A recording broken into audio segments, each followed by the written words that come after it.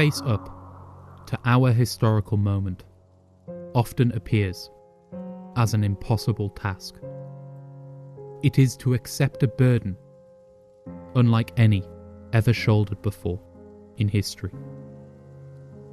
We stand before extinction, and as the forests burn, the seas drown in plastic, and countless wonders are extinguished. The bourgeois world has set sail for war. It is clear that something must be done, but what eludes the tongue? To shout, to scream. Perhaps that might be enough for a time, but all placebos wane. And as the hours and the days blend, each step upon the path to our mutual grave more frenetic than the last, the sickness of this age sets in. We are in on the joke, and we make no apologies for saying this plainly. You know what is at stake, who is responsible, and why.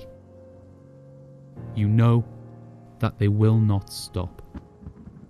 You know this, and yet it is easier to look away and speak only to one's own, not because you wish to, but because all hope has been snuffed out, and whatever corner of the world has not been constructed by or for you is alien and hostile.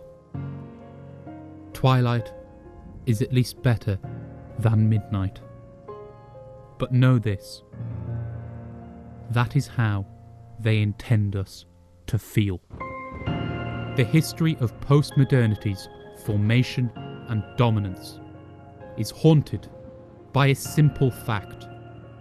It was shaped, encouraged, and wielded as a component of a cultural war. The target of that cultural war is, and always was, us, the working class and oppressed. With purges, illicit funding, censorship, bribery, and coercion of every type, imperialism, and particularly the US state, has fought tooth and nail to persuade us of its immortality and our helplessness.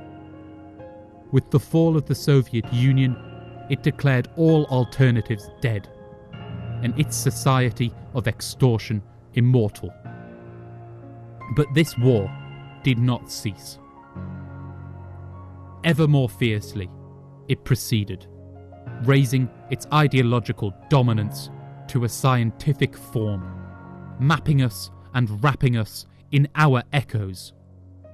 It did so for a simple reason.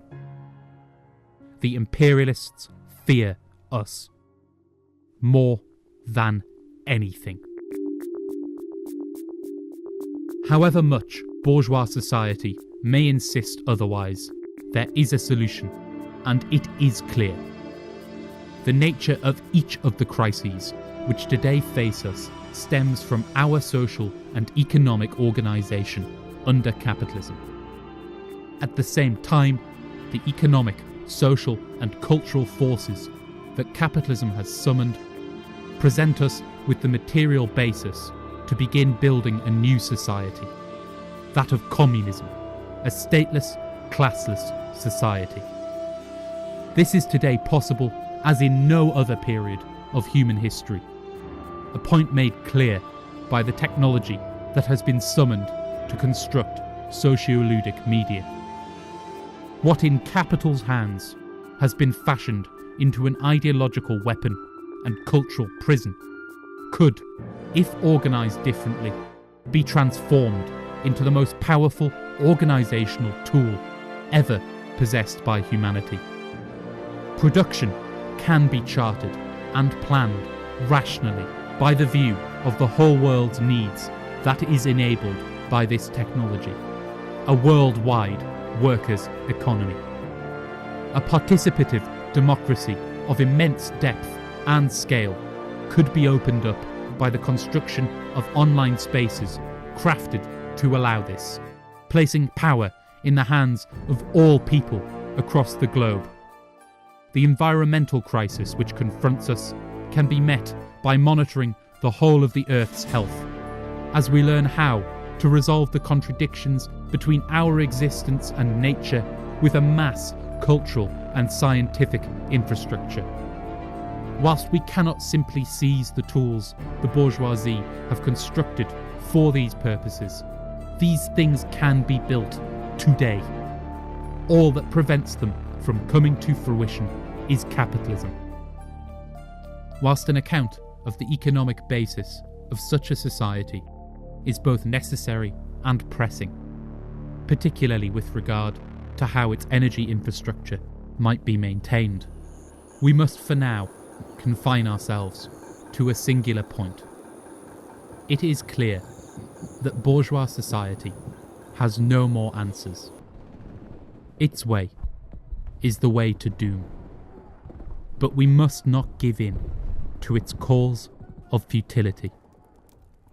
We are poked, we are prodded, we are beaten, yes, but we are still human, and we still possess our will. A new world is possible, but it will not come about unless we exercise this will. It falls to us, a people wrenched from time and history.